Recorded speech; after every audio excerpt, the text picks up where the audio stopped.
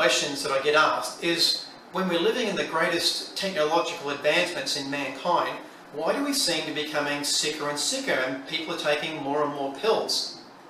Well, depending on who you talk to, there are different takes and different attitudes on this, but one of the things, it's a common phrase of where the Western diet goes, illness follows. We're eating a diet very high in refined foods, simple foods. Our farming methods are such that we're harvesting things green. We're not getting all of the nutrients and antioxidants that we're used to. When everybody had a vegetable garden, you'd walk outside, you'd pick it fresh, you'd eat it that night.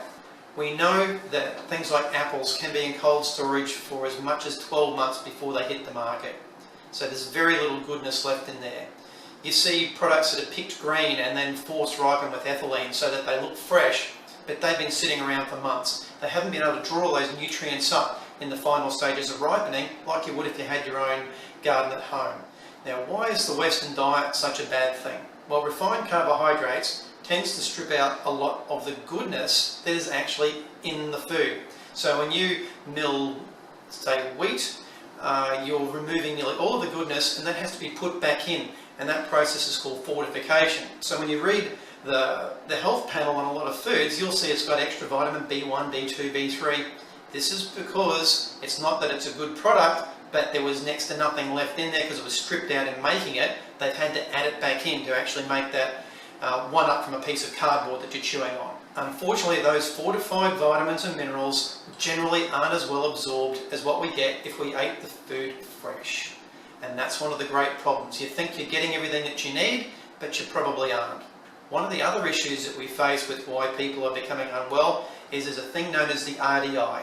Now, everyone's heard of the RDI, or sometimes it's called the RDA, and they go, recommended daily intake.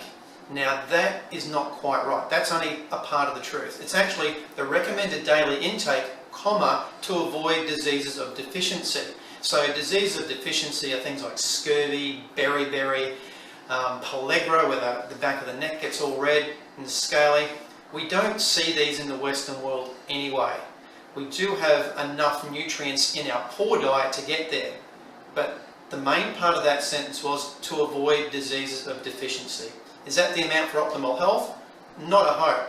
You get guys like Linus Pauling, won a Nobel Prize for his investigations into vitamin C. He said we need a couple of thousand milligrams every single day, but the RDI to avoid scurvy is 40 milligrams. So when we've got this sort of gap, we're talking 50-fold in some cases. That's why people are not doing as well as they could, because we're just not getting the nutrients through our diet, and we're certainly not getting it through following nutritional advice that's out there. We need to have much more nutrient-dense foods. That means eating whole foods, freshly picked if possible, not the stuff that's refined and packaged. Rule of thumb, in the Australian supermarkets, all of the stuff that's been snap frozen or it's fresh is all around the outside.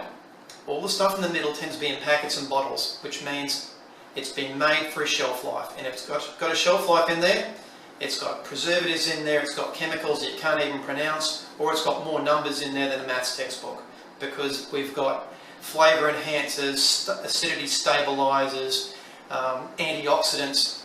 You don't need that if you go out and eat something like a fresh apple or a banana. Nature looked after it all for us. So that's one of my reasons why I think we're not doing so well these days.